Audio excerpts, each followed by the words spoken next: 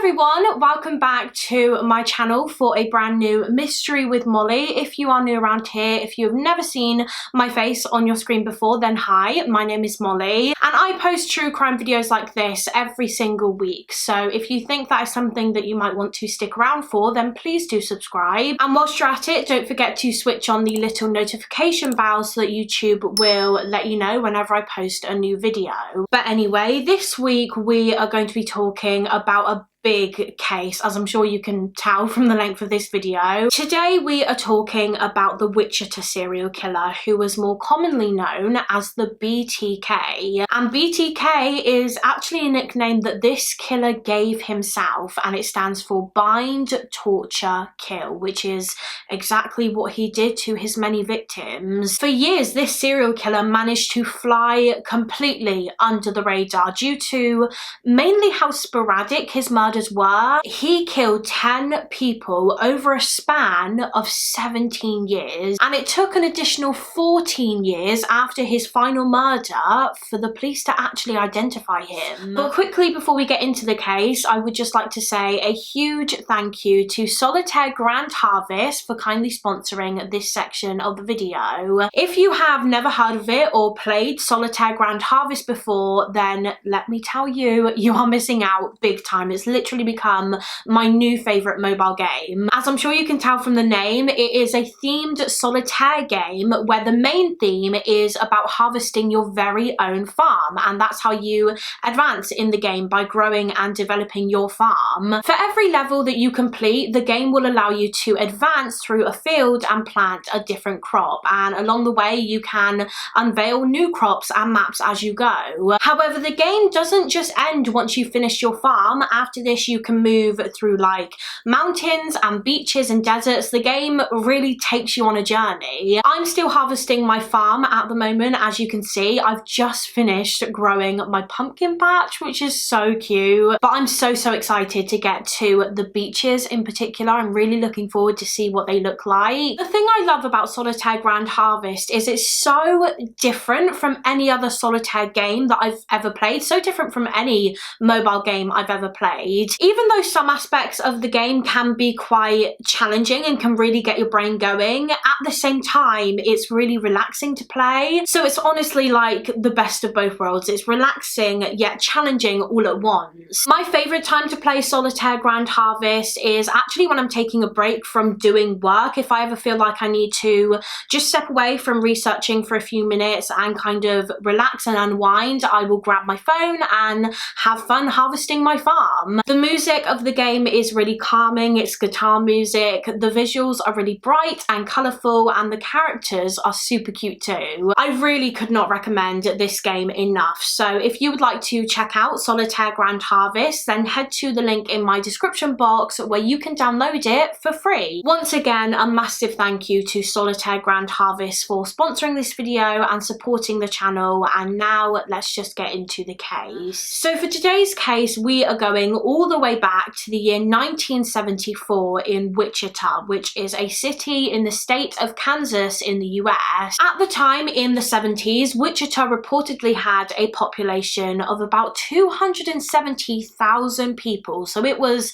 a large city. It's actually the largest city in Kansas. But despite this, despite all the people, it was known for being a relatively safe place to live. It was described as being a very peaceful area with low crime rates, and homicides were pretty much unheard of. They very rarely happened there. But then in early 1974, all of that was to change. One family that resided in Wichita was the Otero family, which consisted of married couple Joseph and Julie Otero, who were 38 and 34 years old, and their 5 children. There were 3 boys and 2 girls. Their oldest child was named Charlie, and he was 15 years old at the time that this case took place. Then there was Danny and Carmen, and then the 2 youngest Otero children were Josephine, who was 11 years old, and Joseph Jr., who was also called Joey, and he was just 9. And by all accounts, they were a normal, happy family. The oldest sibling, Charlie, described his father, Joseph, as being a very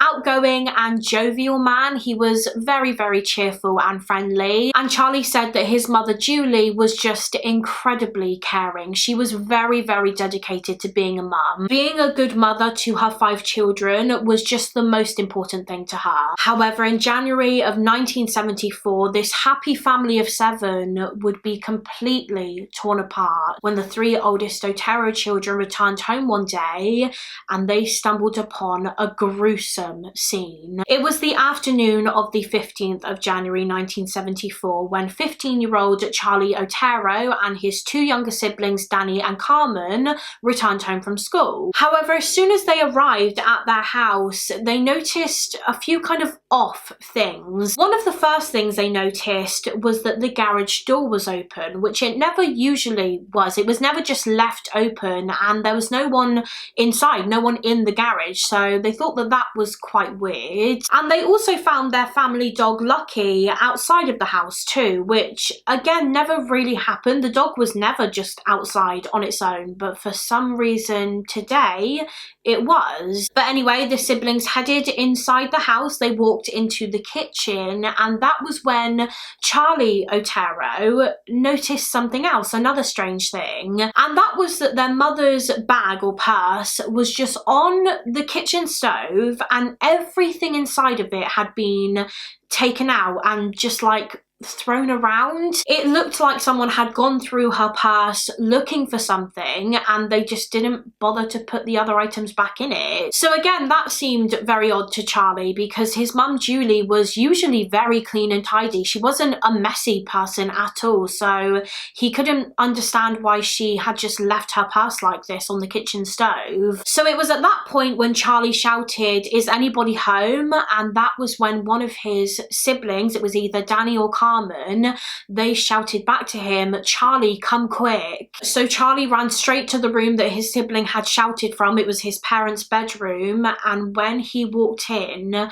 Charlie discovered a horrifying scene. And he said that as soon as he walked in that room, it felt as though in that instant his heart had just been ripped out of his chest, because in that bedroom were the dead bodies of his mother and father, Julie and Joseph Otero, and it was immediately clear just from looking at their bodies that something truly awful had happened to them. As soon as he found his parents dead, Charlie contacted the police, who rushed straight to the scene, and the police obviously found the same thing that the Otero siblings did. They found Joseph and Julie Otero dead in their bedroom, and it was soon determined that the married couple had been murdered. And it seemed as though this wasn't just a quick killing, because when Joseph and Julie were found, they were actually bound with rope. Their hands had been tied behind their backs with rope, and their ankles had been tied together too, so they couldn't move and they couldn't defend themselves. Julie Otero was lying on her back on the bed in the room, whereas Joseph was on the floor, and Joseph actually had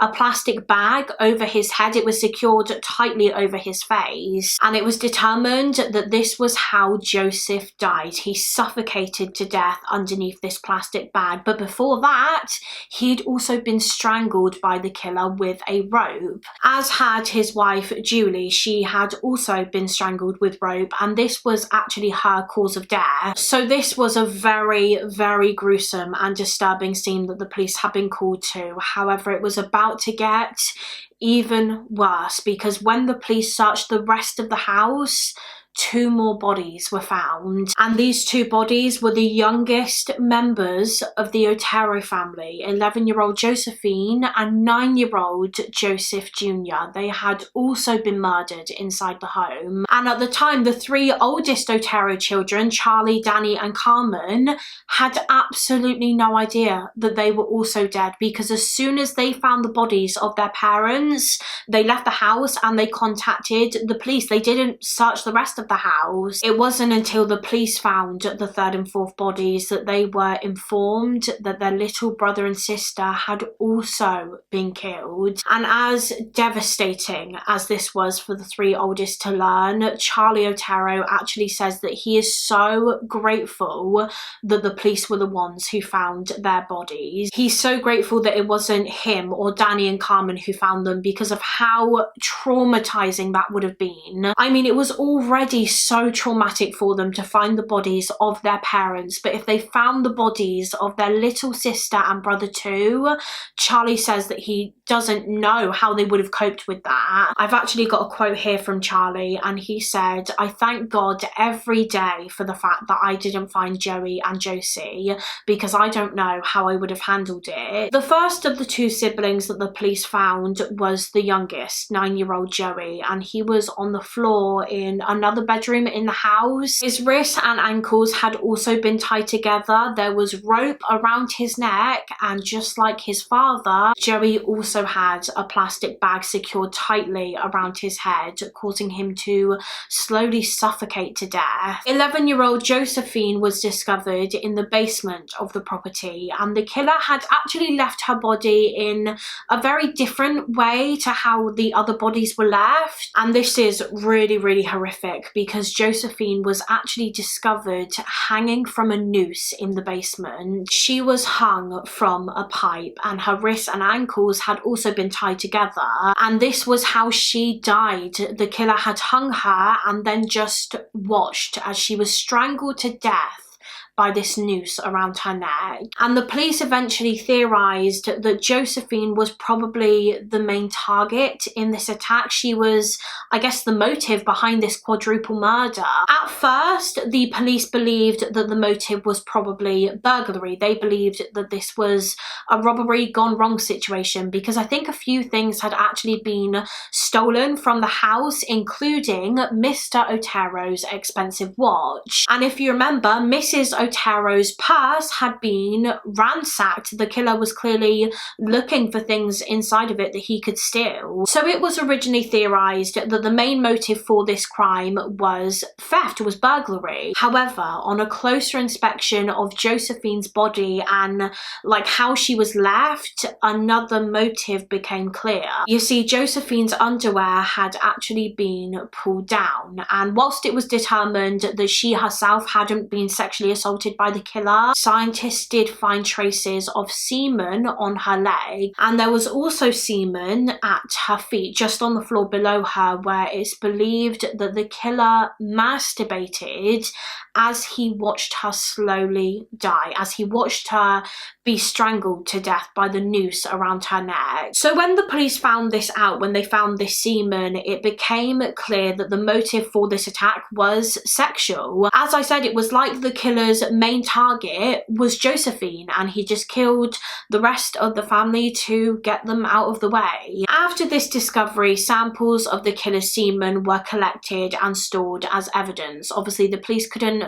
really do much with this evidence at this point because it was the early 70s, but they kept it anyway in the hopes that it would be very useful in the future of this investigation. Now, as we discussed, all 4 victims had been bound by the murderer before their deaths. Their wrists and ankles had been tied together with rope, and the detectives actually noticed something very interesting about this rope and how it had been tied. They realized that to tie this rope together and secure it, the killer had used 2 particular types of knots. He had used clove hitch knots and square knots to bound his victims, and these particular knots suggested to the detectives that this killer was someone that knew what they were doing. They had some practice when it came to tying rope. This was a person that had a lot of knowledge about the different kinds of knots and which knots were very secure. So perhaps this was someone that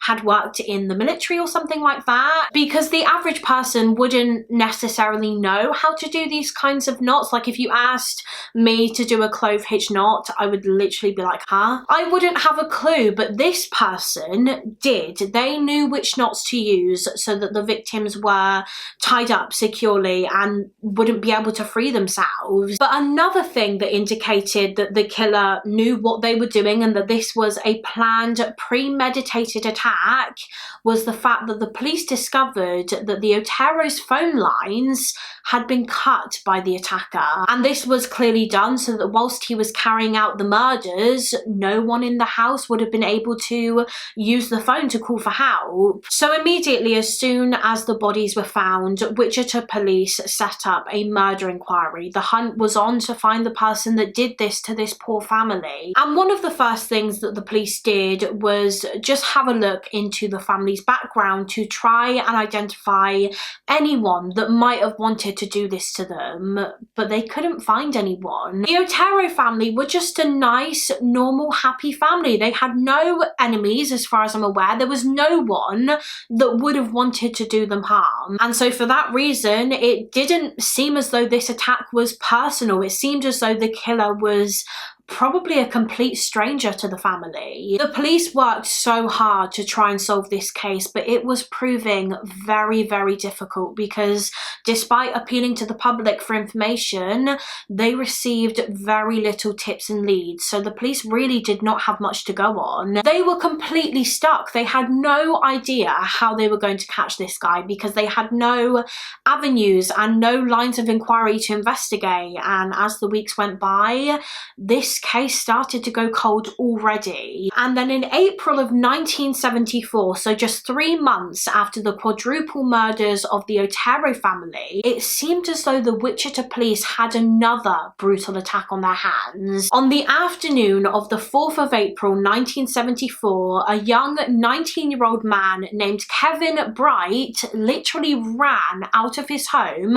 and onto the street, and he begged and pleaded for help to a few people that were just walking down the road. Kevin was in a very, very bad way. It was obvious that something terrible had happened to him. He was injured, he had blood all over him, he was absolutely covered in blood, and he was just frantically telling the passers-by to call the police immediately because a stranger, had broken into his house and had attacked both him and his sister was still inside the house. As soon as the police received the call, they went straight to the house whilst Kevin was taken to the hospital. And when the police went inside the house, they found Kevin's sister, 21-year-old university student Kathryn Bright, or Kathy as she was better known. She was on the floor, she had been tied up and bound, and she was also covered in blood where she had been stabbed with a knife repeatedly. But amazingly, Kathy was still alive when the police arrived at the scene, and she was able to speak. She actually asked the police if they could please remove the thing that was covering her mouth. I think she had been tied up and gagged with some tights or nylon stockings, and she asked one of the officers if they could remove them because she was struggling to breathe. So of course they did, and just like her brother, Kathy was also taken to the hospital where doctors tried desperately to save her life, but unfortunately they couldn't. Her injuries were just too severe, and 5 hours after she arrived, 21-year-old Kathy Bright was pronounced dead. Thankfully, her brother Kathryn Bright actually survived the attack, which was honestly a miracle considering how severe his injuries were, which we'll talk about in a second. And so when Kevin was well enough, the police were obviously very, very eager to speak to him because he had survived this attack. They had a witness, so hopefully after speaking to Kevin, they might be able to catch Kathy's killer quickly. The police just asked Kevin to describe what happened in as much detail as he possibly could, as much as he could remember anyway, and so Kevin did just that. Kevin explained how on the afternoon of the 4th of April, it was around like 1 p.m, he and his sister Kathy arrived home, and when they walked into the house, the attacker was already in there. He had broken into the home whilst they were out, and he was waiting for them with a firearm in his hand. Well, I say waiting for them, but it actually turns out that the killer wasn't expecting Kevin to be there. He was waiting to attack Kathy, and he thought that she would arrive home on her own. But she didn't. Her brother was with her. Both Kathy and Kevin were tied up. I believe the attacker actually forced Kevin to tie his sister up whilst he threatened Kevin with the gun, the firearm. And then after Kevin tied Kathy up, the attacker tied Kevin up. And once he did that, he grabbed some rope and strangled Kevin with it until he thought that Kevin was dead. And then after this, he headed into another room where he had Kathy tied up, and he began strangling her too. However, unbeknownst to the killer, Kevin was not actually dead at that point. I think he might have just fallen unconscious for a few minutes following the strangulation, but he wasn't dead. And eventually Kevin started to wake up, and when he did, he could hear his sister struggling. He could hear what the attacker was doing to her. So he jumped up, he managed to untie himself, break free from the rope, and after this, I believe he either ran into the room where his sister was to try and help her, or the attacker heard Kevin, heard that he was still alive, and so he went into the room that Kevin was in to try and tie him up again and strangle him again. But the killer was really struggling to control Kevin, and so he grabbed his gun and he fired it at Kevin. Kevin was shot twice by the attacker. He sustained 2 gunshot wounds, both of which were in his head. And once again, after this, the killer assumed that Kevin was dead, and so he went back to carry on with the attack on Kathy.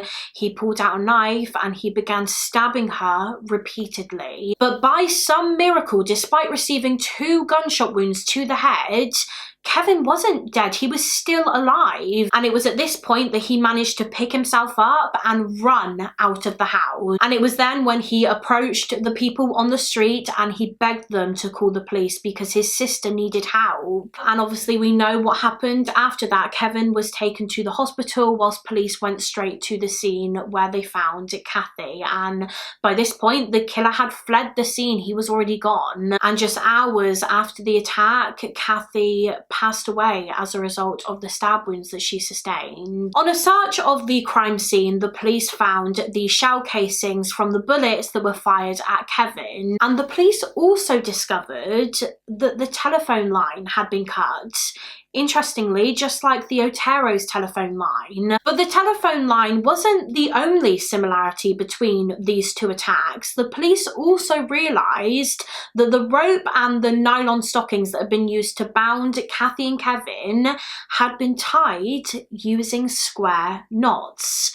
Again, just like the rope at the Otero crime scene. So it was at that point that the detectives began thinking that maybe these 2 cases were linked. Maybe the person that killed the Otero family was also responsible for the murder of Kathryn Bright. They couldn't be 100% certain of this at this time because although there were similarities, there were also differences between the 2 cases. For example, the method of killing. The Otero family had been suffocated and strangled, whereas Kevin and Kathy had been shot and stabbed, although they had also been strangled at the start of the attack. So maybe they were connected or maybe they weren't. The police weren't too sure yet. But as part of the inquiry into the murder of Kathryn Bright and the attempted murder of her brother Kevin, as I said, the police were speaking to Kevin as much as possible because he was the only witness. And because he saw the killer's face, they wanted Kevin's help in creating a composite sketch of the attacker. And Kevin tried his absolute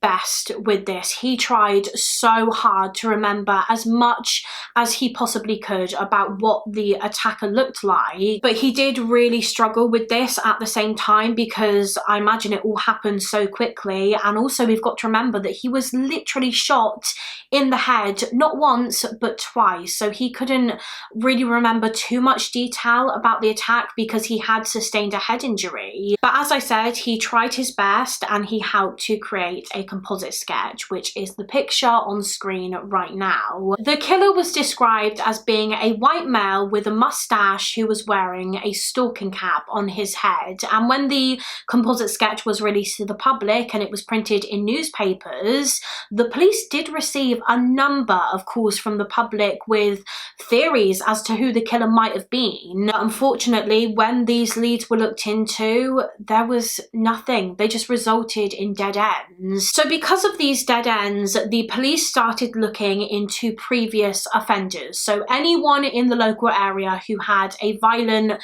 criminal history, anyone who had committed sexual assault or abuse or child abuse or anything like that. And it was when they did this that they identified a couple of brothers. It was either 2 or 3 brothers, depending on which source you read. I think most sources said 2, so I'm inclined to believe it was 2 brothers who they believed could have had something to do with this case. Now, I'm not entirely sure why the police thought this. I'm guessing these brothers had a history of violence or assault or something, but regardless, the police decided to look into them as potential people of interest in, I believe, both the Otero family murders and the murder of Kathryn Bright. So both of them were brought in for a questioning, and I think the police really started to focus their investigation into one of the brothers in particular, because he apparently made a concerning statement about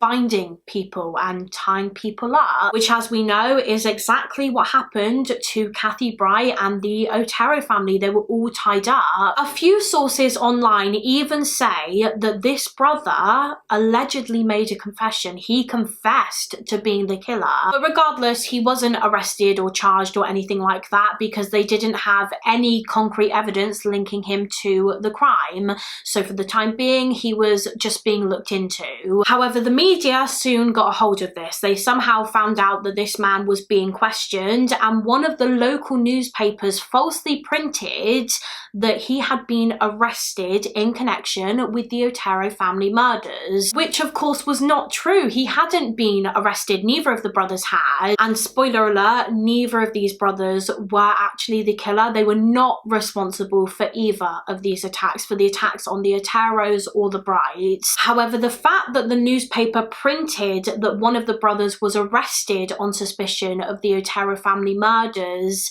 actually kind of turned out to be a good thing, even though it wasn't true, because this false report actually prompted the real killer to make contact. You see, not long after the false newspaper report was printed and published, a local reporter received a telephone call from a man, and this man wouldn't give up his name. But this man basically instructed the reporter to go to the local library and look for a mechanical engineering book, because inside this book he had hidden a letter, and he said that this letter included details about the murders that he had committed. So this letter was retrieved, and sure enough, it claimed to be from the real killer. In the beginning of this letter, he literally said that the people the police had in custody, the brothers, were not responsible, and that they were just looking for attention and publicity because it was me, I'm the real killer.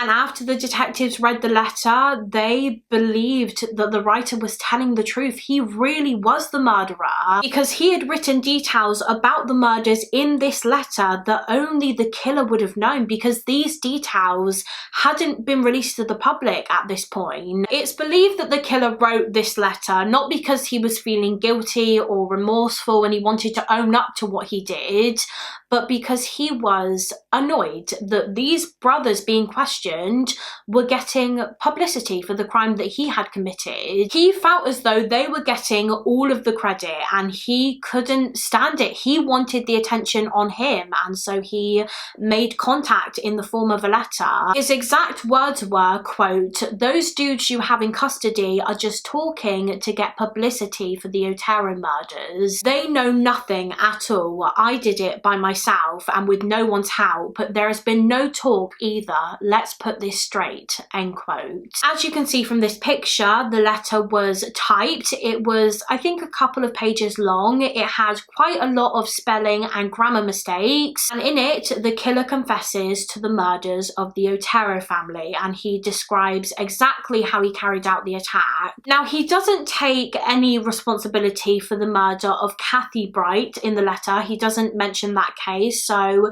still the police couldn't concretely link her murder to the Oteros. But he does talk about the Otero case. I have another quote from the letter here, and he says, "I'm sorry this happened to the society. It's hard to control myself. You probably call me psychotic with sexual perversion hang up. Where this monster entered my brain, I will never know. But it here to stay. How does one cure himself? If you ask for help that you have killed 4 people, they will laugh or hit the panic button and call the cops. I can't stop it, so the monster goes on and hurt me as well as society.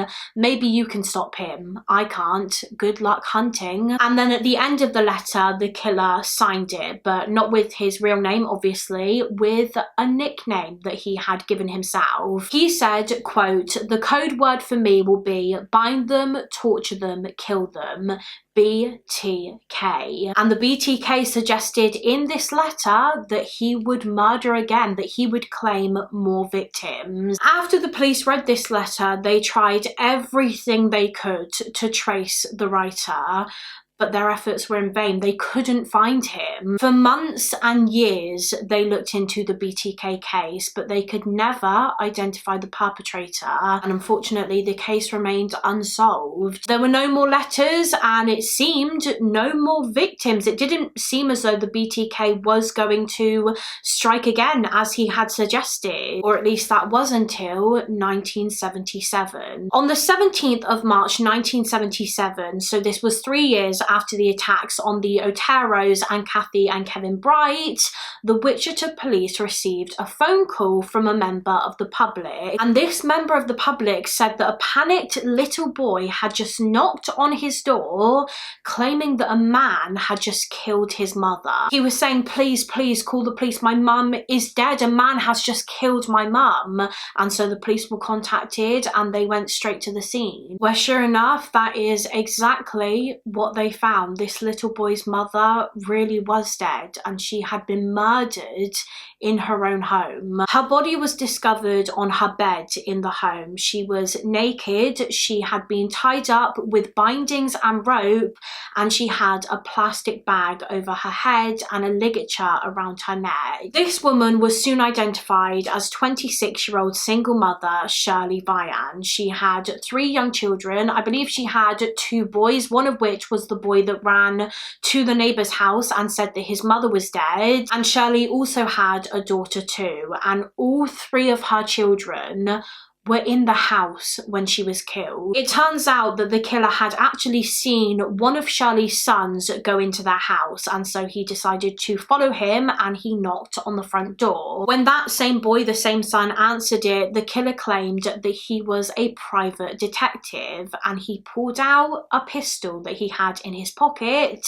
and forced his way into the home. Once inside, he threatened Shirley, who was obviously the main target of this attack. He tied her up, and he also tied up her 3 children, and they were all in her bedroom at this time. However, Shirley's 3 children were crying so much. Obviously, I mean, they were terrified, and this really annoyed the killer. Them crying was getting in the way of what he wanted to do to Shirley, and so he moved the 3 children to a bathroom, and he tried to like tie the door shut with rope, I think, to stop them from getting out, and he also pushed some furniture up against the door. And now that the children were out of the way, he turned his attention back to Shirley. He put a bag over Shirley's head, and then he used rope to strangle her to death. And as all of this was happening, Shirley's children were screaming and crying in the bathroom. And after Shirley was dead, the killer fled the scene, sparing the children. He just left them in the bathroom. Eventually, I think the children were able to get out of the bathroom. They managed to push away the furniture that was keeping the door shut. And after this, one of Shirley's sons, I think it was the oldest son, ran to get help from the neighbour. And when the Wichita police started looking into Shirley's murder and looking for clues, they discovered a potential link between her case and the previous 2 cases that we've talked about, the Otero family case and the Kathryn Bright case. And that link was the knots that the killer had used to tie rope around the victims. Shirley Vian's killer had used square knots to bound her and secure the rope, just like the killer had done with the Oteros and with Kathryn Bright. They didn't immediately make the connection between Shirley's murder and the other two cases because they were 3 years apart, but when they realised that the same knots had been used, that was when they started thinking that there could have potentially been a link here, but they still didn't know this for sure yet. However, the police wouldn't have to wait another 3 years for the next attack because just 9 months after Shirley was killed,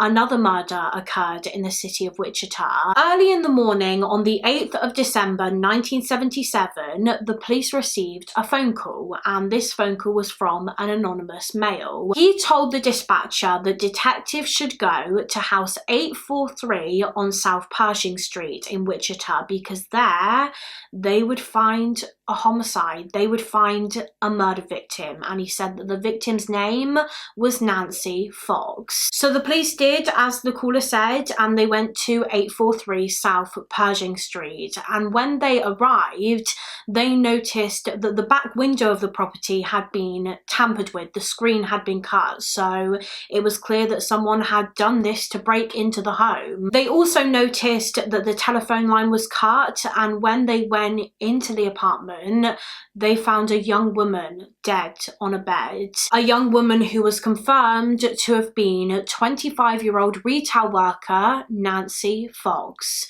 just like the anonymous caller had said. As I mentioned, she was discovered dead on her bed. She was naked, she had been bound with rope, but also I think with some of her own clothing that the killer had just found at the scene, such as like tights and underwear. I believe her legs were tied with her own bathrobe, and yes, you guessed it, these bindings were secured using square knots. Nancy had some rope around her neck, and her cause of death was from strangulation, and scientists also found traces of semen on some of Nancy's clothing where the killer had masturbated after he strangled her to death. And then not long after the attack, after the killer had left the scene, he rang the police and he told them to go to house 843 South Pershing Street because there they would find a crime scene. That was the anonymous male on the phone. The killer literally rang the police and told them where they could find a murder victim. You would have thought that he wouldn't have wanted the police to find the body because then there's a higher chance that they would find some evidence that meant that they could trace him. But it was almost like this killer in particular didn't really care about that. He just wanted the police to find the body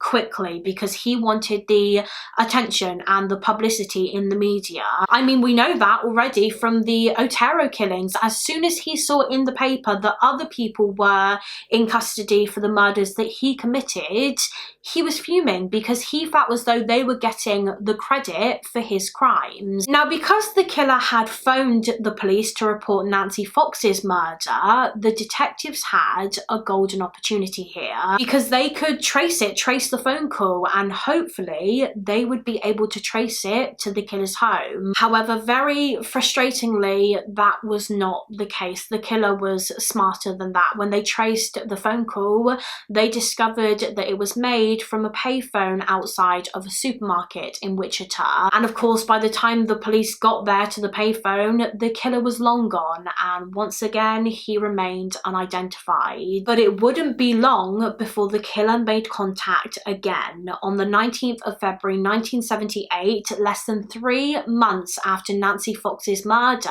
the killer sent a letter to Cake TV, which I think was like a television news station in Wichita in Kansas. Once again, the letter was typed and it was signed by the BTK. And in this letter, the writer confessed to murdering the Otero family, Shirley Vian and Nancy Fox. And he detailed exactly how he committed these crimes and how he left the victims' bodies. I don't believe in this letter he mentioned the murder of Kathryn Bright, just like the last letter, but he did say, quote, 7 down and many more to go.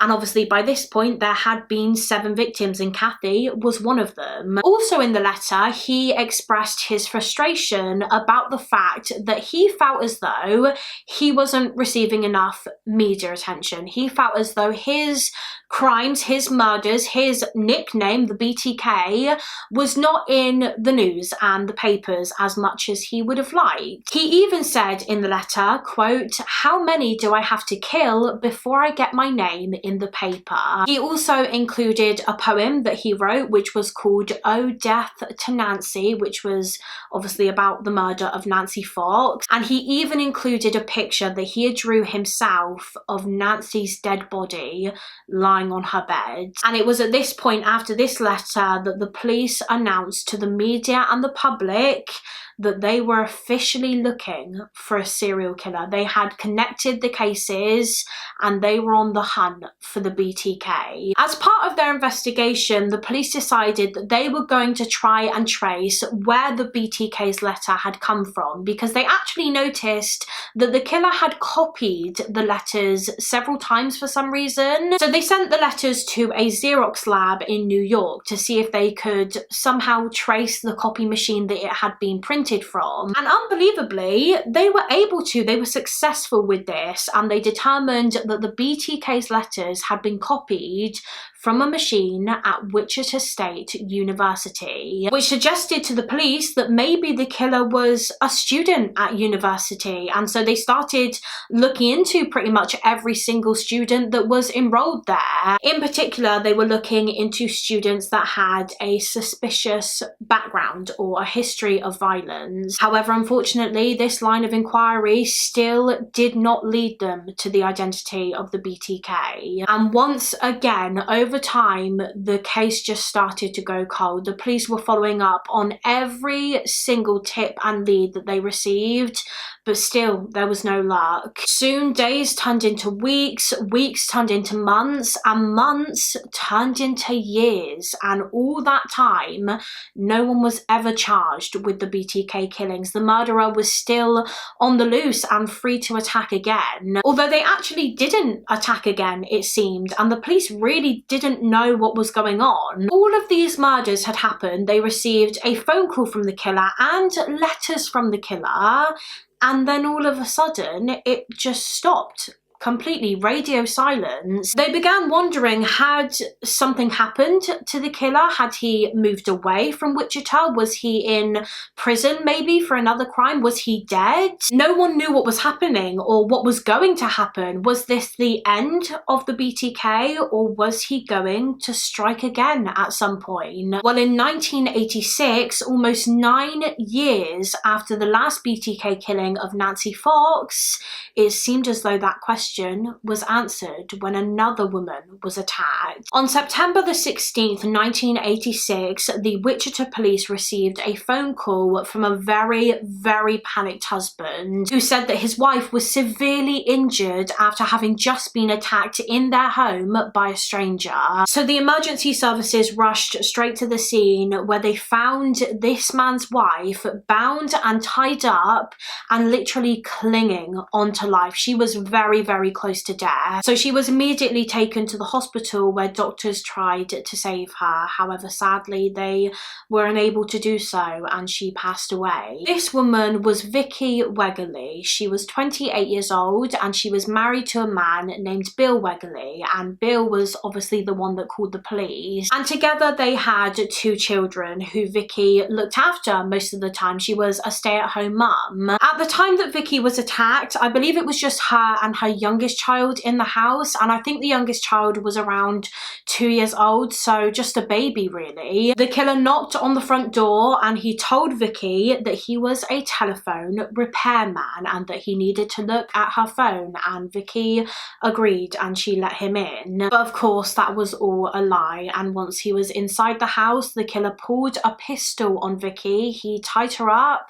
and then he strangled her with some nylon stockings until he thought that she was dead. And not long after this, the killer left the scene, and what he didn't realise was that Vicki was still alive. As I said a minute ago, she was literally clinging onto life, and when her husband Bill arrived home, he called the police and she was rushed to the hospital, where she eventually passed away as a result of her injuries. Now, despite the fact that there were a lot of similarities between Vicki's murder and the previous BTK killings, so for example, she was was strangled, she was bound and tied up. The attacker had used the square knot method to secure the bindings. Despite all of these similarities, the police found it very hard to believe that this was actually the BTK, because obviously they hadn't heard from him in years and years, in almost a decade, and now suddenly, what, he decided that he was just going to attack again randomly? They just did not think that this was the BTK, because they just couldn't understand why he would have taken such a long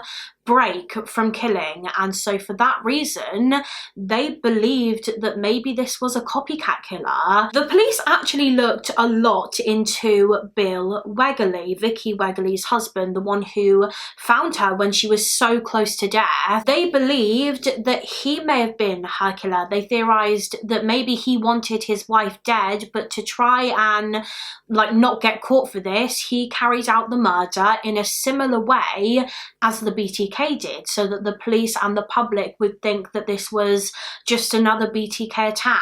So Bill Wegerle was looked into heavily by investigators. However, there was never any solid evidence linking him to the crime, and eventually he was ruled out completely. Bill was innocent. Now, when Vicki's body was taken for a post-mortem, scientists actually discovered traces of the killer's skin underneath her fingernails, and this was from where she had tried so hard to fight for her life. She really tried to defend herself, and in doing so she scratched her killer, which is how his skin got under her nails. So this evidence was collected and it was sent to a forensics lab, and it was following this that a concrete link was made to the BTK, because it was found that this DNA from under Vicki's fingernails matched DNA samples that were collected from the Otero family crime scene. I believe the DNA matched the semen that was present on Josephine Otero's leg and the pool of semen at her feet. So this was confirmation that the same person was responsible. Vicki was a victim of the BTK after all.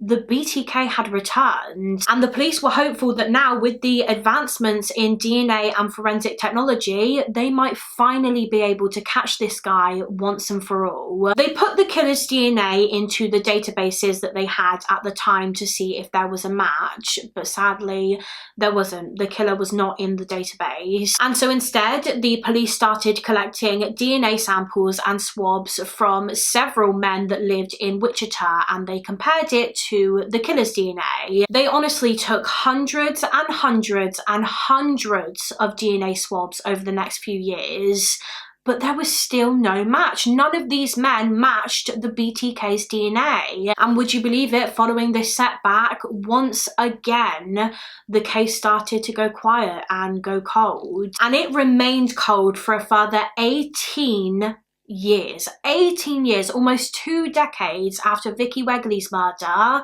the case remained unsolved. But then in January of 2004, it was coming up to the 30th anniversary of the very first BTK killing, which, as we know, was the slaying of the Otero family in January of 1974. And as it was the 30th anniversary of their murders, the local newspaper in Wichita, called the Wichita Eagle, decided to write an article about the fact that it had been 30 years since the first BTK murder. And as part of this article, the journalists actually interviewed a number of local people in Wichita about the BTK killings and what they think happened to the BTK, what their theories were. And one of these people responded to this question saying, "I think the BTK is dead. I don't think he's alive anymore because we haven't heard anything from him in 18 years. However, it turns out that this person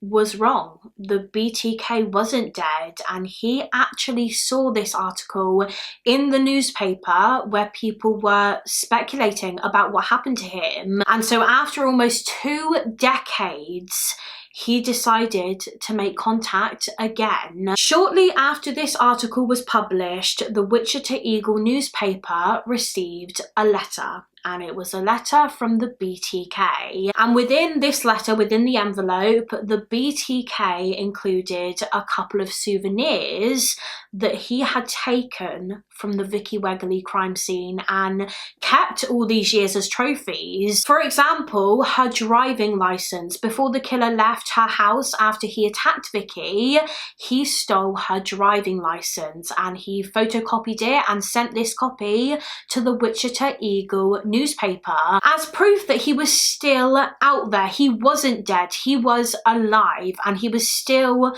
free to do whatever he wanted, to kill again if he wanted to. And what's even more twisted and sick is that within this letter he included photographs of Vicki Wegerle's body on the floor. You see, after he strangled Vicki, when he thought that she was dead, he pulled a camera out and he took photos of her body, again to keep as a trophy and to act as a reminder of what he had done to her. And so after this, once again, the BTK was back in the headlines. The spotlight was on him just like he had always wanted. And now that he had the media attention again, he didn't want it to stop. So following this, the communication and contact from him did not stop. He would send several more letters to the media. He would send poems that he had written about his murders. I believe he wrote a poem about Shirley Vian's murder called Shirley Locks or something like that. He would send really creepy drawings. He would send souvenirs that he had collected from the various crime scenes. So for example, he would send his victims jewelry that he had taken from them after the attacks. He would literally send the police and the press on like scavenger hunts. He would hide things in cereal boxes and then he would hide these cereal boxes in certain areas in Wichita, and then in letters and postcards he would give them clues as to where he could find them. And these cereal boxes were supposed to, I think, represent the fact that he was a serial killer, and inside these boxes he would leave dolls that he had posed to look like his murder victims. There are some pictures of these dolls that he sent and put in the cereal boxes, so I'll put a couple on the screen. They are honestly so creepy. He would literally strip their clothes, he would bound them and tie them up, all to show what he did to his victims. He absolutely loved messing with the detectives and playing games with them. He was literally loving every single second of this. It was like he was laughing at them and mocking them, like he was saying, haha, I'm literally sending you all of these things, all of these letters, all these poems, these photos, souvenirs, all of these clues, and you still haven't caught me, and you never will. However, ironically, it wouldn't actually be much longer until the BTK slipped up and made a mistake, because not long after this, I believe it was early 2005, when another letter was sent by the BTK to the police. And in this letter,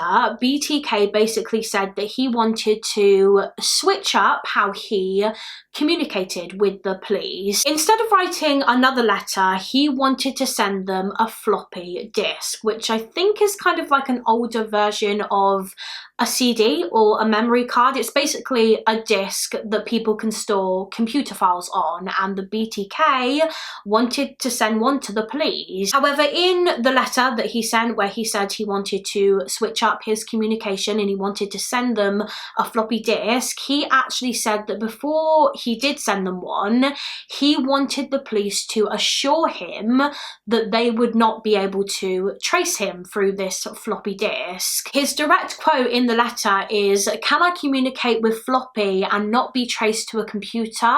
Be honest." And he told the police that if it was safe to do so, if he could send this floppy disk without the possibility of it being traced back to him, then the police should respond to him saying, quote, "Rex, it will be okay," in the classified ad section of the local newspaper. And so of course the police saw a golden opportunity here. They knew that they could trace a floppy disk, but obviously they were not going to tell the BTK that, because then he wouldn't send one. And so they lied and they put a classified ad in the local newspaper saying, "Rex, it will be okay."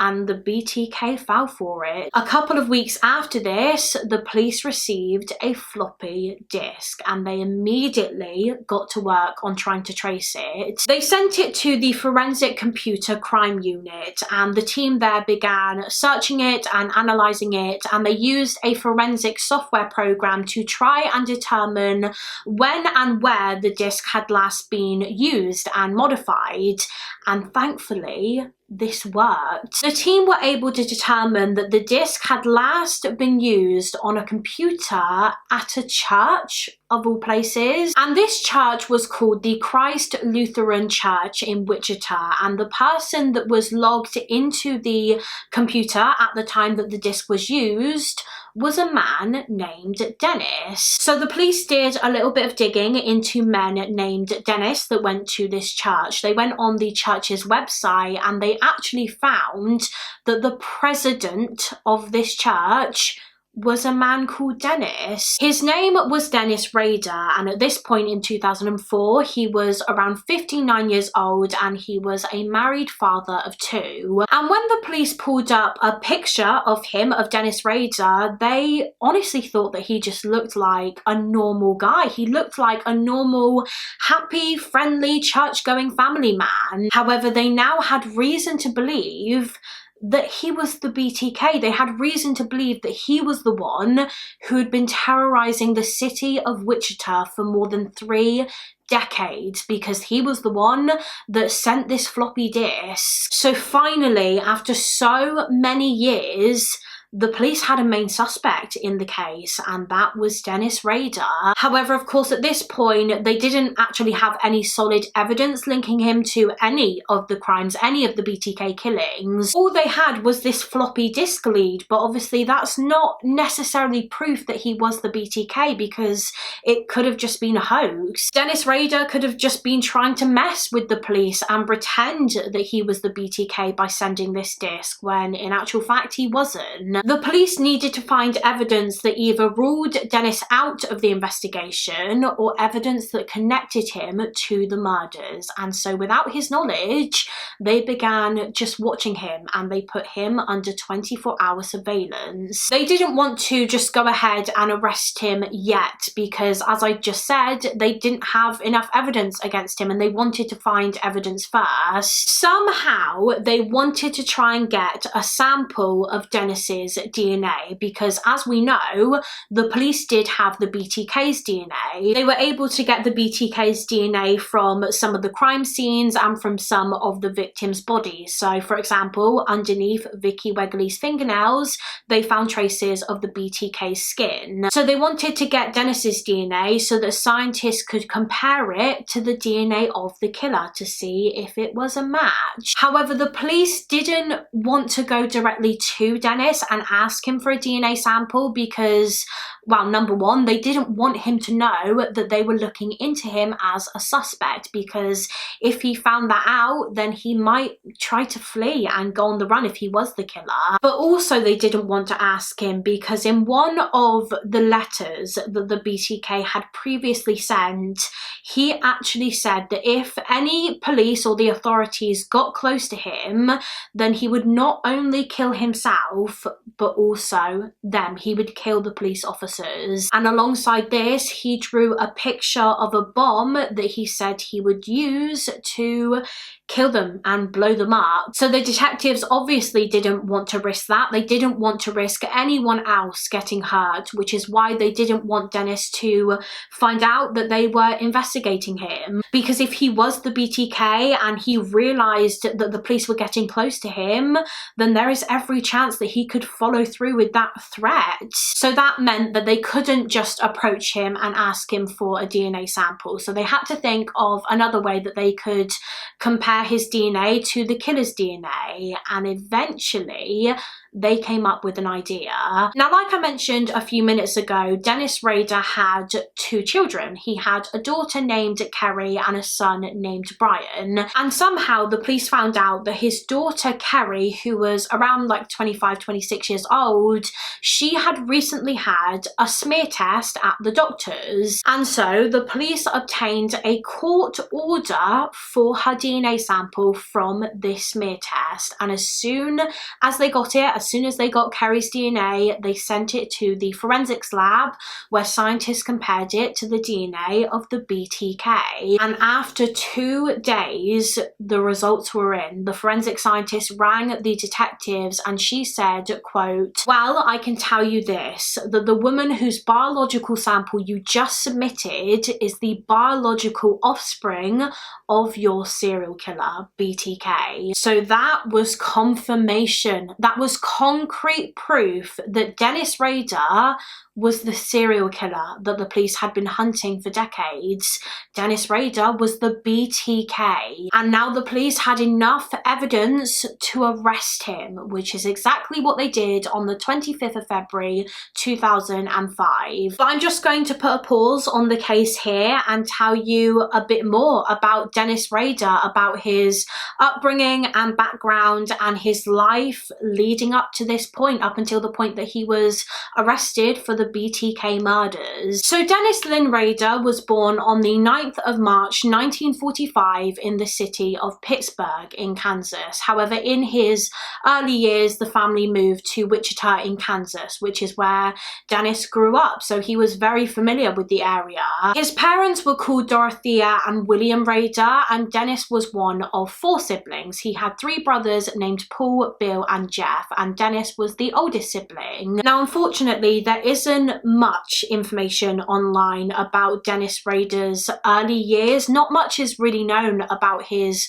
childhood, to be honest, but from what I can gather, he had a pretty normal upbringing. He seemed just like any other normal kid. As far as I'm aware, there wasn't any abuse at home. People that knew Dennis's parents, Dorothea and William, actually said that they were very, very nice people. Although it is stated on a few sources online that the Rader children never really got much attention from their parents growing up because they worked long hours. They both worked long hours. And apparently Dennis in particular really started to resent them for this, especially his mother Dorothea. He really felt ignored by her a lot of the time. A man named Roger Farthing, who went to school with Dennis, described him as being a very quiet and laid back kind of person who enjoyed activities like fishing and hunting and stuff like that. Roger said that Dennis didn't really stand out from the crowd. He was quite an average student at school, like education wise. He had quite average grades. He had quite a lot of friends. He didn't have any trouble with fitting in. He honestly just seemed like a normal young boy. However, what people around him didn't realize is that as Dennis started to get older,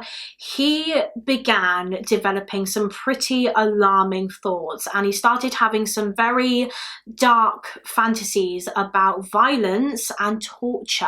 And it's been theorized that this all began, these dark thoughts began actually with his grandmother. Something that his grandmother did kind of sparked these evil interests in him. One day when Dennis was still very young, he witnessed his grandmother killing some chickens with an axe for meat, and he noticed that other children around him, like his brothers and his cousins, were quite upset and disturbed by this, but he remembered feeling the complete opposite to that. He loved it. He loved watching his grandmother kill these chickens. He liked seeing them suffer. In fact, he even said that watching his grandmother kill these chickens gave him an erection. And so following this, he began torturing animals and killing animals himself. And this began at a very young age. And the most common way that he would torture these animals is he would hang them from rope until they died. He would hang like cats and dogs and even like turtles that he had caught whilst he was fishing. He also developed a fascination and a fetish for women's underwear, and he started started spying on women through their windows. And this behaviour started when he was around 11-12 years old, when he followed one of his teachers home from school one day, and he just watched her through her windows. He watched her like get changed and stuff. However, he didn't just watch her. You see, he actually brought rope with him, and whilst he was watching his teacher through the window, he tied this rope very, very tightly around his waist, and after this he had an orgasm. So that shows you just how young he was. He was just 11 years old when he started developing these sexual fantasies about bondage and tying people up with rope. And Dennis even said himself that by the time he was like in his mid-teens, he knew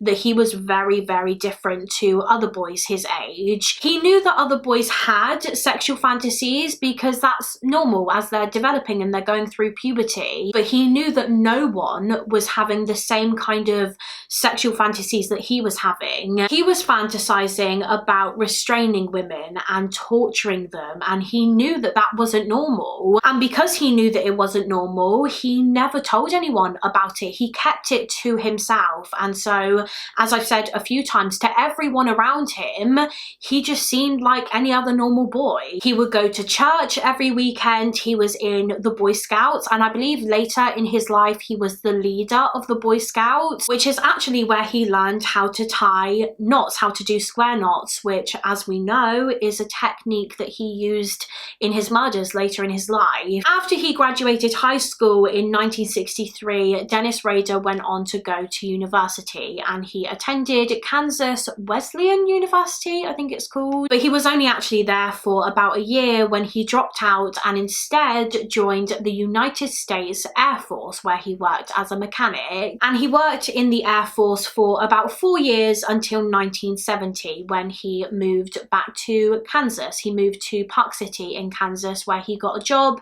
in a supermarket. The following year, in May of 1971, Dennis got married to a woman named Paula, who would go on to become the mother of his 2 children, Kerry and Brian. And I touched on this earlier, but he honestly seemed just like a nice, friendly family man. He seemed to be a good father. He enjoyed going to church. Absolutely no one would have guessed that he would have been capable of doing what he did. No one would have guessed that Dennis had fantasies about torturing and murdering women, because he was very, very good at keeping that side of him hidden. And so when he decided to turn his dark fantasies into a reality, when his killing spree began in January of 1974, no one suspected him. Shortly after his marriage to Paula, Dennis enrolled at the Butler County Community College in El Dorado, where he earned his degree in electronics. And then a few years after this, he began attending the Wichita State University, where he studied administration of justice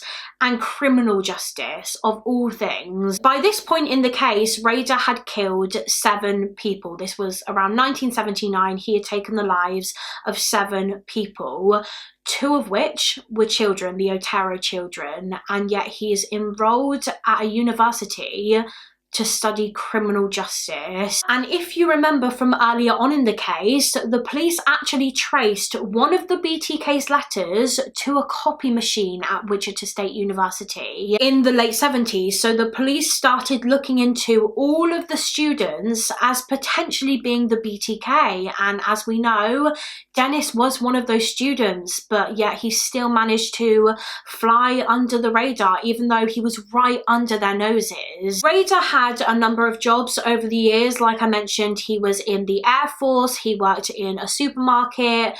At one point he worked as an assembler for an outdoor supply company. He worked at an office in Wichita for ADT Security Services, and often in that job he would actually fit security alarms in people's homes. again, of all things. And then later on in his life, he worked as a dog catcher and a compliance officer. And it's stated on a few sources online that whilst he was working this job, he was known for being very, very strict in his work. And there were even accusations of him bullying young single women and making them feel very, very uncomfortable, which would obviously not be surprising. And a few of his female co-workers actually said the same thing. They said that Dennis Rader just made them feel really on edge and uncomfortable. They didn't feel relaxed around him at all. There was just something about him that made them feel uneasy. But anyway, fast forward now to early 2005, when church-going family man Dennis Rader was finally connected to the BTK murders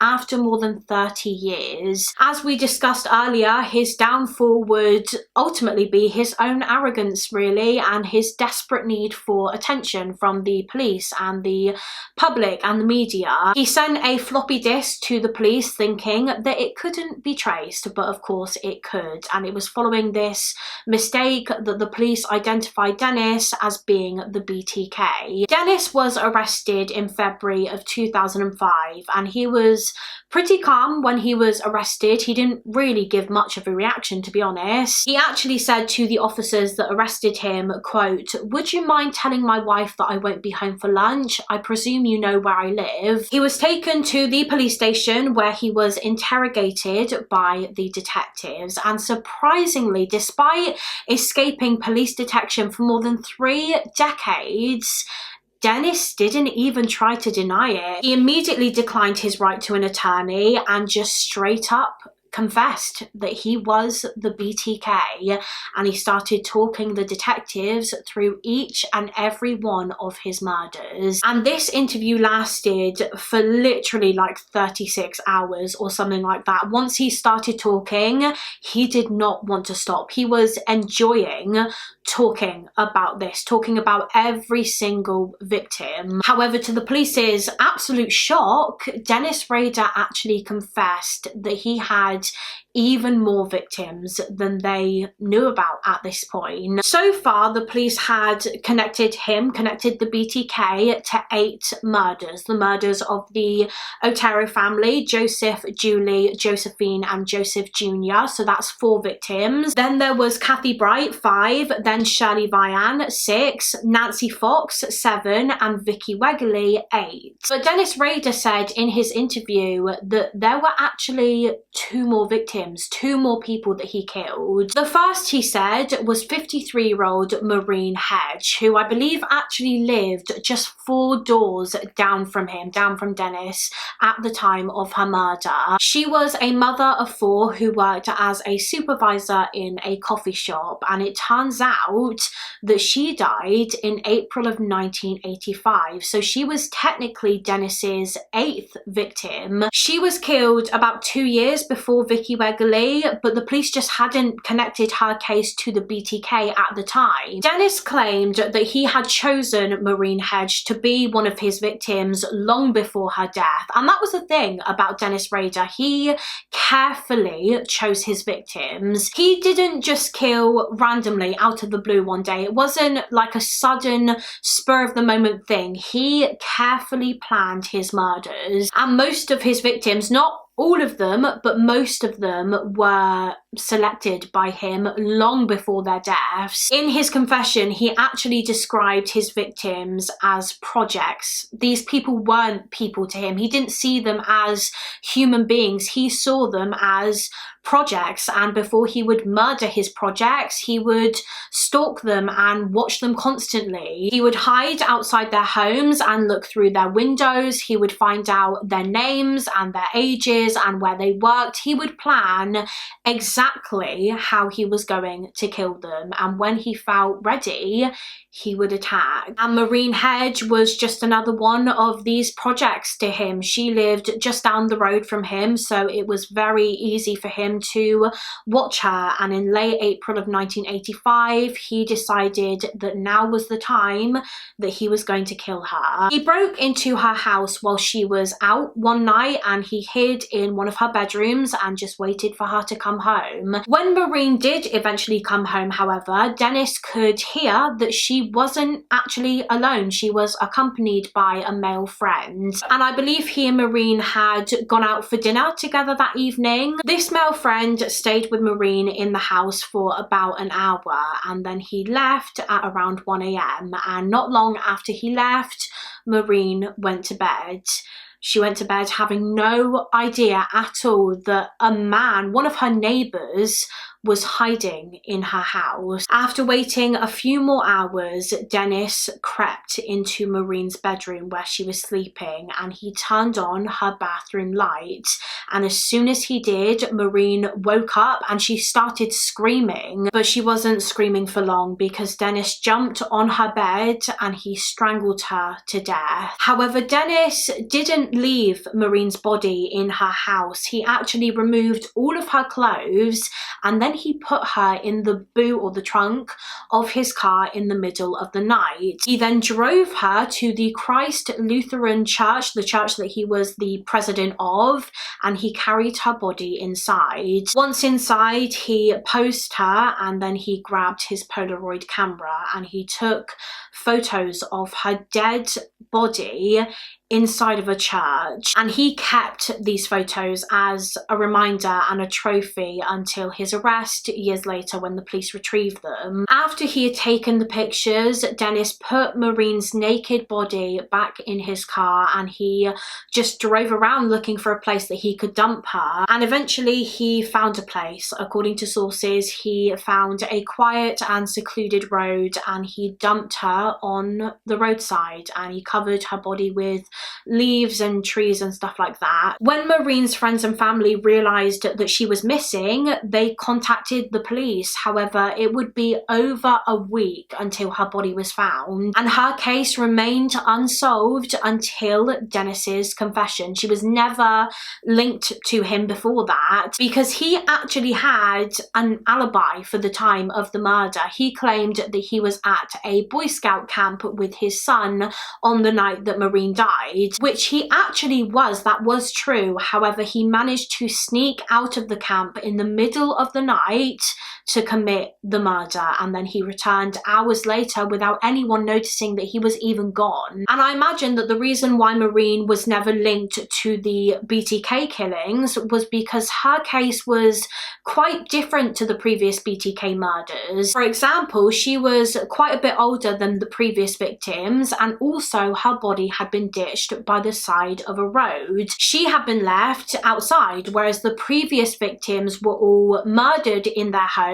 and their bodies had been left in their homes. And that's also why Dennis's final victim wasn't connected to the BTK killings either, because she was also discovered outside. In his interview with the police after his arrest, Dennis Rader confessed that his 10th and final victim was a woman named Dolores Davis, who was 62 years old. Dolores was another one of Rader's projects. She was someone that he had been watching and planning to kill for some time, and in January of 1991 he decided that he was ready. And instead of sneaking into his victim's house, this time Dennis Rader literally picked up a concrete block and he threw it through Dolores's window and let himself in. Dolores was actually in the house at the time, so she obviously heard the window smash and she came out of the room she was in to see what was going on, and that was when she was confronted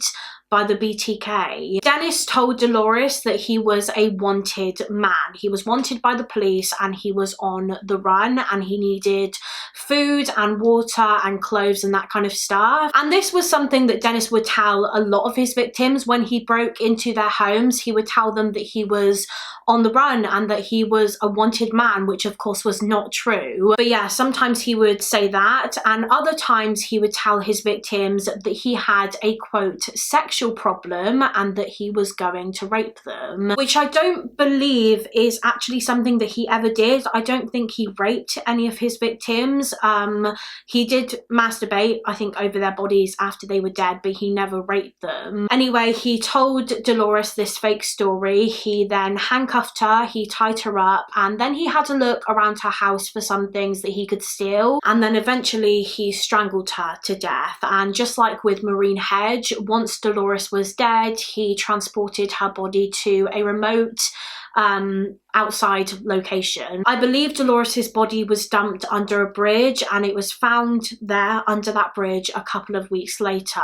And Dolores's murder also wasn't linked to the other BTK cases at the time. It wasn't until years and years and years later in 2005, when Dennis Rader was arrested, that she was confirmed to have been his victim. So after Dennis Rader confessed to all 10 murders, the police began searching his home and his office where he worked just for any additional evidence. And he actually told the police that they would find several mementos and souvenirs and trophies to do with the BTK murders that he had kept over the years.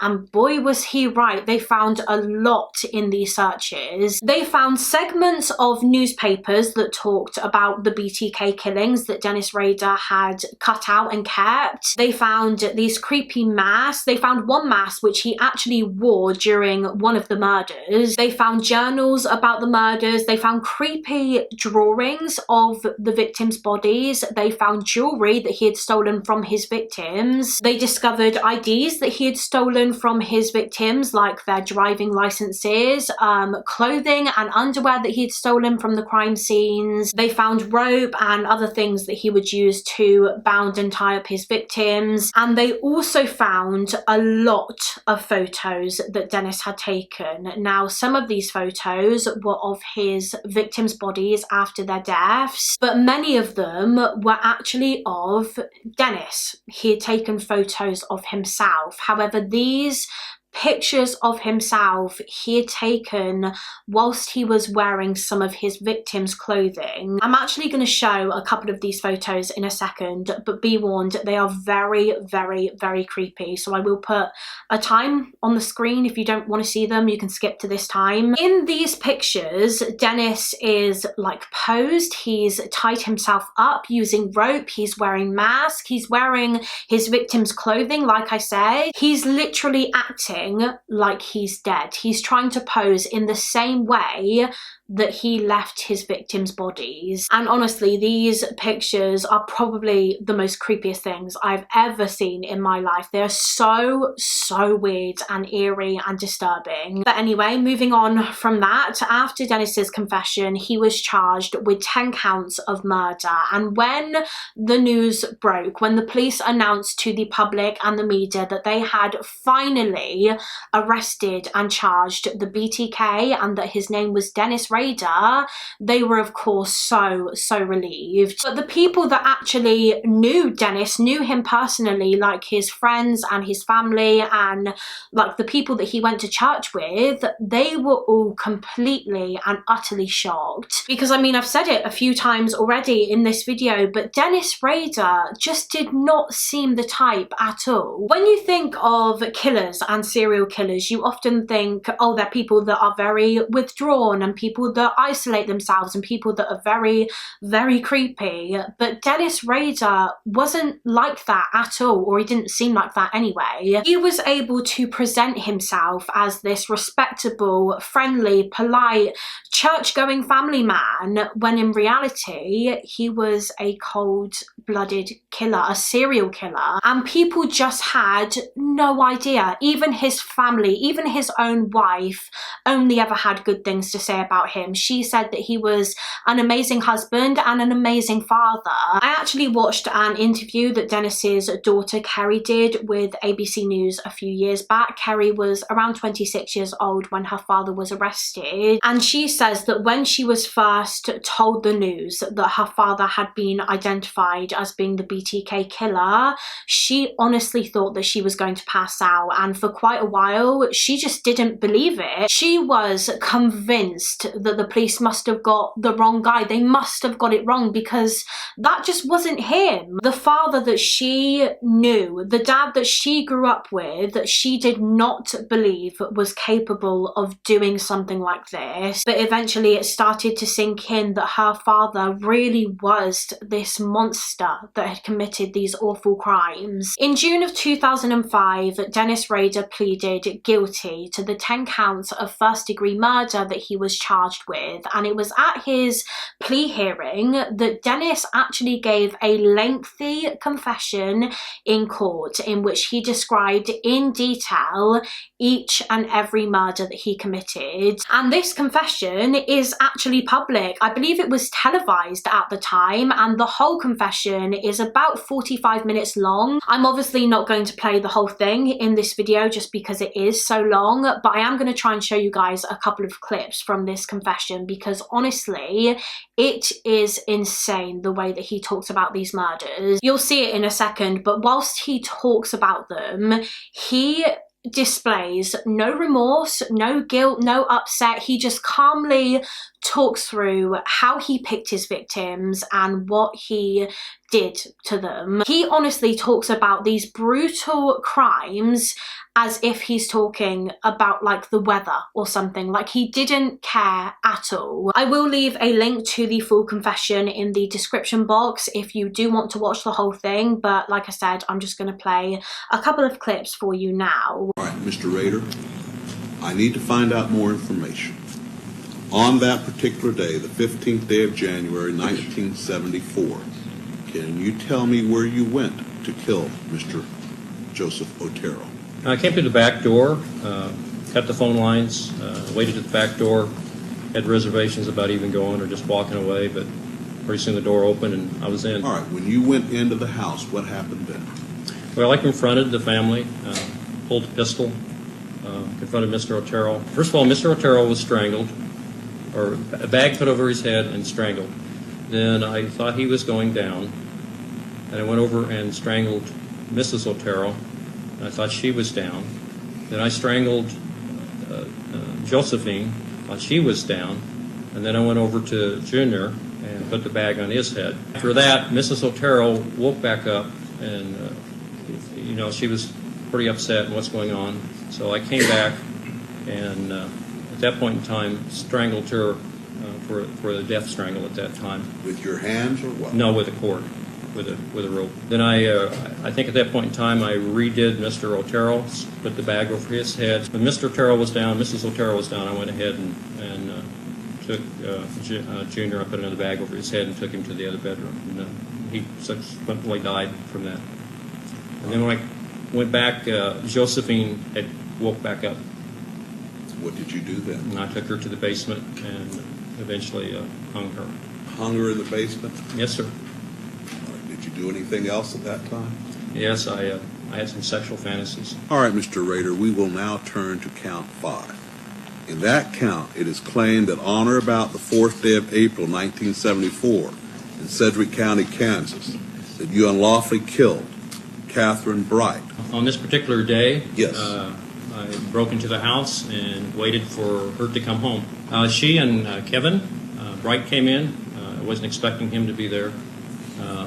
And come find out, I guess they were related. Proceeded to, I think I had him tie her up first, and then I tied him up, or vice versa. I don't remember right now. Basically, I moved her to another bedroom, and he was already secure there by the bed. Kind of tied her in the other bedroom, and then I came back to strangle him.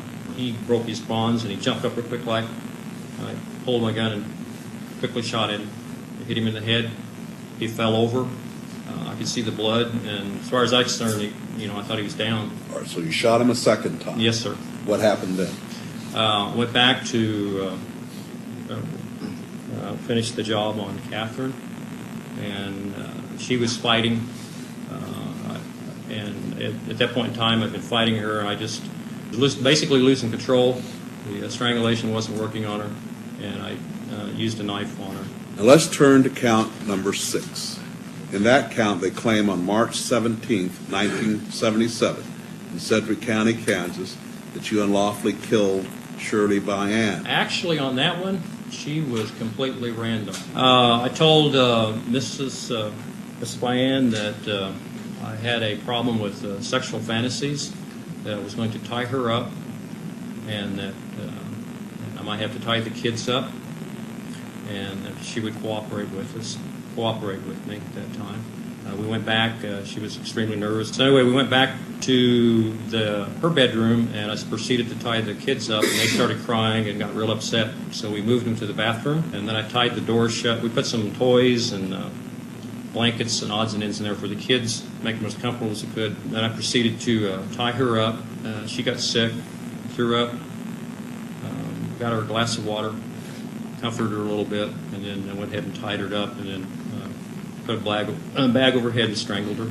All right, in count 7, it is claimed that on the 8th day of December 1977 in Sedgwick County, Kansas, that you unlawfully killed a human being, that being Nancy Fox. You tell me what you did on that day here in Sedgwick County. Nancy Fox was another one of the projects. About 2 or 3 blocks away, I parked my car and walked to that residence. Knocked at the door first to make sure, see if anybody was in there, because I knew she arrived home at a particular time from where she worked. Nobody answered the door, so I went around to the back of the house, cut the phone lines, broke in, and waited for her to come home in the kitchen. All right, did she come home? Yes, she did. What happened? I confronted her. Well, anyway, I handcuffed her, had her lay on the bed, and then I tied her feet, and then I was also undressed to a certain degree, and then I got on top of her, and then I reached over, took either her feet were tied or not tied. But anyway, I think I had a belt. I took the belt and then strangled her with a belt at that time. And at that time, masturbated, sir. Count 8, it is claimed that on or about the 27th day of April 1985 to the 28th day of April 1985 in Sedgwick County, Kansas, it is claimed that you unlawfully killed a human being, Maureen Hedge. Well, actually, kind of like the others, she was chosen. All right, where does she live? 62, 42, 54, 62, 54, 62, 54. So I very carefully snuck into the house, kind of like a cat burglar. And after checking the house, she wasn't there. Went back to one of the bedrooms and hid back there in one of the bedrooms. She came in with a male visitor. They were there for maybe an hour or so. He left. I waited till wee hours in the morning and then proceeded to sneak into her bedroom, and she screamed, and I jumped on the bed and strangled her manually. She was nude, and I put her on a blanket, went through her purse, some personal items in the house, eventually moved her to the trunk of the car, took the car over to Christ Lutheran Church, and took some pictures of her. Sir, in count 9, it is claimed on or about the 16th day of September 1986 in Sedgwick County, Kansas, that you unlawfully killed a human being, Vicki Wegerle. Anyway, I walked from my car as a telephone repairman. As I walked there, I donned the telephone helmet. I had a briefcase and went to her and knocked on the door and asked her if I could come check her telephone lines inside. Did she allow you in? Yes, she did. After she was looking away, I drew a pistol at her and asked her if she'd go back to the bedroom with me. We went back to the bedroom. I told her I was going to have to tie her up. She was very upset. And after I tied her hands, she broke that and we started fighting. And we fought quite a bit back and forth. Finally got the hand on her and got a nylon sock and started strangling her. So you wrapped the stocking around her neck? Yes. What happened then? I finally gained on her and put her down, and I thought she was dead, but apparently she wasn't. Sir, let's turn to count 10.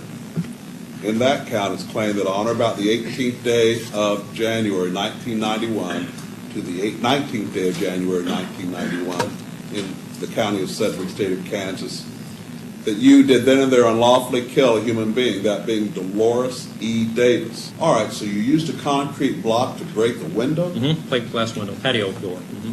What happened then? Noise. I just went in. She came out of the bedroom and thought that a car had hit her house, and I told her that I used the roofs of being wanted. I was on the run. I needed food, car, warm up. And I asked her, I handcuffed her after I tied her up, I went through some things in the room there and then strangled her. What did you strangle her with? Pantyhose. In August of 2005, 60-year-old Dennis Lynn Rader was sentenced to 10 life consecutive sentences with a minimum of 175 years. So obviously he will never ever be released from prison, and finally, after so many years, the families of each victim were finally given some form of justice. The families actually got a chance to speak and give statements at Rader's sentencing, and these statements are just heartbreaking, as you can imagine. Even though it had been years and years since their loved ones were taken from them by Dennis Rader, you can still hear the pain in their voices, and I hope that those family impact statements haunt Dennis Rader for the rest of his life. Dennis Rader is still alive today. Today he would be around 76 years old, I think, and he is currently serving his sentence at the El Dorado Correctional Facility in Kansas. And that is it for this case. That is the story of serial killer Dennis Rader, the BTK. I feel like this video is going to be a very, very long one, obviously because this case is such a long one. It took over 30 years for the police to find the BTK. As always, please do let me know your thoughts and opinions on the case in the comments. Let me know actually if you think that Rader had more victims than the 10 that we've talked about in this video, because a lot of people do believe that he killed even more people, and either their bodies have just never been found or he's just never been linked to the cases. I do think it's definitely possible that he killed even more people, but also I kind of think, would he not have confessed already if he had? Because when they arrested him, obviously the police had no idea about the Marine Hedge and Dolores Davis murders, and yet he still told them. He could have easily kept that hidden, but he didn't. He chose to tell them about it, so that makes me think that maybe he didn't have more victims. So yeah, let me know your thoughts on that in the comments. Also let me know of any other cases that you would like to see me cover on this channel. Before I go, I just want to say a huge thank you to Solitaire Grand Harvest once again for sponsoring this video. Remember, you can download the game for free when you click the link in my description box. Thank you guys so much for watching. Let me know in the comments if you made it to this point, if you made it all the way to the end. Please do give the video a thumbs up and subscribe if you haven't already, and I will see you again next week for another mystery with Molly. Bye guys!